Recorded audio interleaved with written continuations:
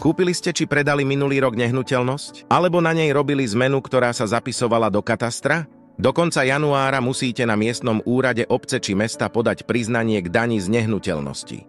Ako ho vypísať? Tlačivo nájdete aj u nás na webe a začínate s žltou časťou priznania. Druh priznania označte podľa toho, či vám daňová povinnosť vznikla, zanikla alebo robíte dodatky či opravy. Priznanie podávate na rok 2024. Vypíšte údaje o sebe ako vlastníkovi a ďalej vypisujte oddiely podľa toho, o aký typ nehnuteľnosti ide. V prípade bytu vám bude stačiť iba oddiel 4. Všetky potrebné údaje, ktoré vpisujete do tlačiva, nájdete v kúpnej zmluve či na liste vlastníctva.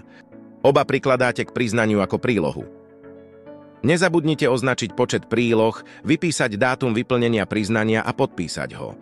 Odovzdávate ho osobne poštou alebo aj elektronicky. Ak máte k priznaniu otázky, pokojne nám napíšte.